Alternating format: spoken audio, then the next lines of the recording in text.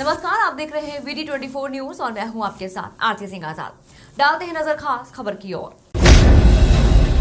अनिवार्य निःशुल्क एवं अनिवार्य शिक्षा इस पर कार्यशाला का आयोजन किया गया था।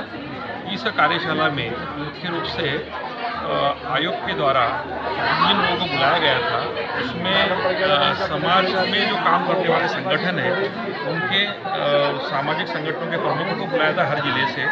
उसके बाद में रेड क्रॉस सोसाइटी के प्रतिनिधि को बुलाया गया था। उसके बाद सेवा भारती के जो कार्यकर्ता हैं जिले के उनको भी यहाँ पर बुलाया गया था। और मध्य प्रदेश जो जिले के लेवल पर DPC रहते हैं, जो शिक्षा के अधिकार के कानून को लागू करने के लिए प्रयत्नशील होते हैं, उनको भी यहाँ पर आज बुलाया गया। कुल मिलाकर के कार्यशाला का आज आयोग की द्वारा जो कार्यशाला आयोजित की गई उसके द्वारा आयोग का जो मानना है कि जिले लेवल पर केवल एजुकेशन डिपार्टमेंट RTE को लागू करे, ये तो उसका अपना प्रयास ही है। लेकिन जो सामाजिक क्षेत्र में जो काम करते हैं, जैसे मैंने कहा कि रेड क्रॉस सोसाइटी है, अपने जन अभियान परिषद के लोग हैं, उनके भी NGO के माध्यम से वो नीचे काम करते हैं, तो समाज के लोग भी उनकी सहभागिता इस क्रियान्वयन में महत्वपूर्ण भूमिका निभाती है।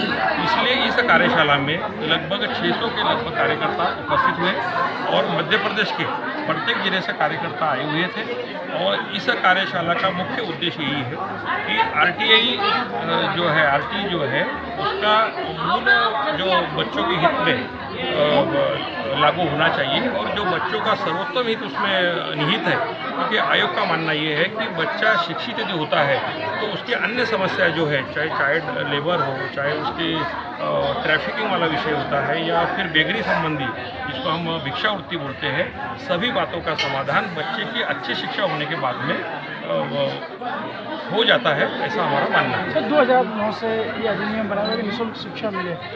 सर उसके उपरांत भी आज तक जो है कई बार ऐसा देखा जाता है कि जो बच्चों को निःशुल्क शिक्षा नहीं मिल पाती, RTE की तरह जो एडमिशन होना चाहिए वो नहीं हो पाते हैं। इसमें कहीं ना कहीं ये होता है कि जैसे अभी विषय आया था आज कि कुछ प्रक्रिया करते समय कहेंगे टेक्निकल मिस्टेक हो जाती है, इसलिए भी बच्चा वंचित होता है। इसलिए हम बार बार ये कह रहे हैं कि केवल बच्चों को बच्चे तक मत छोड़े, केवल परिवार तक भी छोड़े नहीं, कभी परिवार भी थोड़ा सा अशिक्षित होता है तो समाज के जो लोग हैं, जो सामाजिक संगठन है, उनकी महत्वपूर्ण भूमिका है कि उस बच्चे को वहाँ तक ले जाए और उसको सहभागी बने, उसको सहकार्य करें। क्योंकि शासन की योजनाएं तो चल रही है, जैसे अभी कहा कि 500 करोड़ रुपए हर साल मध्य प्रदेश शासन खर्चा कर रहा है।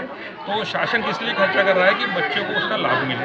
और इसलिए आज हमने ये तय किया कि सामाजिक संगठनों की भूमिका जो महत्वपूर्ण है, जो शासन के साथ मिलकर के काम कर रहे हैं, वो भी उस जिले में उस बच्चे के पालक के साथ में खड़ा रहे और उसको न्याय दिलाने के पूर्ण रूप से तैयार रहे। आज CWC के सदस्य भी थे और JJB के सदस्य भी थे। वो उनके एक विषय रहता है कि वो न्यायिक रूप से विषय को देखते हैं, बच्चों के संरक्षण के लिए काम करते हैं, लेकिन उनकी भी जिम्मेदारी बच्चों का पुनर्वास हो और पुनर्वास में भी शिक्षा एक महत्वपूर्ण भूमिका है। इसलिए उनकी भी भूमिका हमने तय कर रहे हैं और आने वाले समय में red cross, junior red cross भी बना रही है। जूनियर रेड क्रॉस में इसमें शिक्षा विभाग का भी कोई दायित्व रहेगा, क्योंकि लोग जाते हैं। शिक्षा विभाग का तो महत्वपूर्ण मेन दायित्व है, क्योंकि कहीं ना कहीं जो डिले होता है किसी भी एडमिशन के लिए वो डिपार्टमेंट की तरफ से ही होता है। और क्योंकि कहीं ना कहीं ये भी देखा जाता है मिली भगत जो चल रही है, मेरा ऐसा मानना है, देखो मेरा वही मानना है, स्कूल के माफियाओं के बीच में आपका प्रश्न मैं आपको बीच में ये कर रहा हूँ कि हमारा भी ये मानना है कि शिक्षा विभाग का काम है उसको लागू करने का, उसका निरंतर कोऑर्डिनेट करने का। लेकिन समाज के लोग जब जागरूक हो जाएंगे और उसको करने के लिए बाध्य करेंगे तो मुझे नहीं लगता कि कोई ऐसा बच्चा वंचित रह पाएगा। सर इतना सरकार खर्चा कर रही है, प्रशासन पूरी तरह से मुस्तैद है, उसके बाद भी कहीं ना कहीं जो है कर्मचारी के ऊपर लगाम लगाने में कहीं असमर्थ दिखाई पड़ रहा है। तो उसमें बाल आयोग की तरफ से भी कुछ डिसीजन देखो, आयोग के संज्ञान में जब विषय आता है, आयोग बड़ा सीरियसली उस विषय को लेकर के गंभीरतापूर्वक उसका सोल्यूशन ढूंढने के लिए कोशिश करता है और निर्देश भी देता है। और हमने भी पिछली बार कलेक्टर को भी निर्देश दिए हुए इस संबंध में कि इस RTE को लागू करने में हमारे पूरे शासन का तंत्र जो खड़ा किया हुआ है वो पूरा संदिग्ध से काम करें। सर ग्रामीण क्षेत्र में इसका लाभ नहीं मिल पाता, अधिकतर लोगों के लिए दिक्कत है।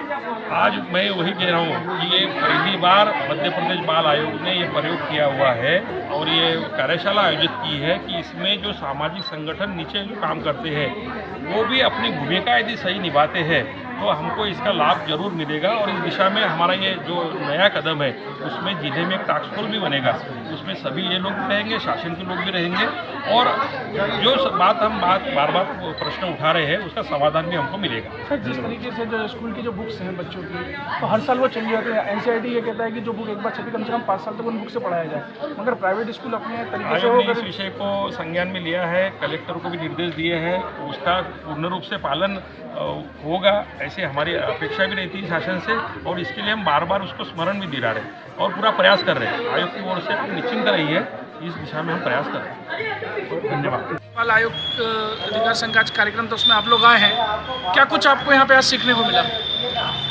बहुत सारी जानकारियाँ मिली बच्चों के बारे में।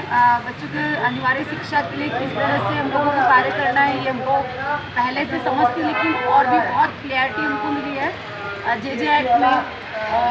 और भी जो बच्चों से जुड़ी जितने भी समस्याएं हैं उससे किस तरह से हम लोग अपने फील्ड में जाके किस तरह से उसको दूर कर सकें, इसके बारे में हमको बहुत सारी जानकारियाँ हैं प्राप्त। इस कार्यक्रम का मुख्य उद्देश्य क्या रहा? इस कार्यक्रम का मुख्य उद्देश्य है उन बालिकाओं के लिए जो पीड़ित हैं लेकिन समाज में वो आ नहीं पा रही, उनको समाज की मुख्य धारा से जोड़ना, उनकी शिक्षा के बारे में बात करना, बालिकाओं को, बच्चों को। हमारा इस का उद्देश्य यही है कि बालिकाओं को, जो बालिका पिछड़ गई उनके साथ शोषण वो घर पे है, उनको समाज की मुख्य धारा से जोड़ा जाए, उनको शिक्षित किया जाए।